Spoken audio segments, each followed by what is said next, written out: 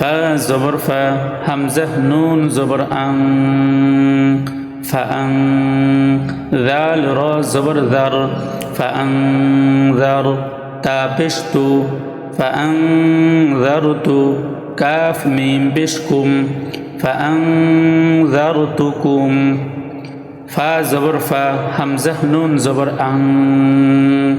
এখানে হচ্ছে গুণনা হবে। এখানে গুণনা হওয়ার কারণ এটা হচ্ছে নুন সাকিন, জজমওয়ালা নুনকে নুন সাকিন বলে। নুন সাকিনের পরে ইখফার 15টি হরফ আছে, তা থা জিম দাল দাল জা, সিন শিন সদ দত ত জ ফা কফ কাফ।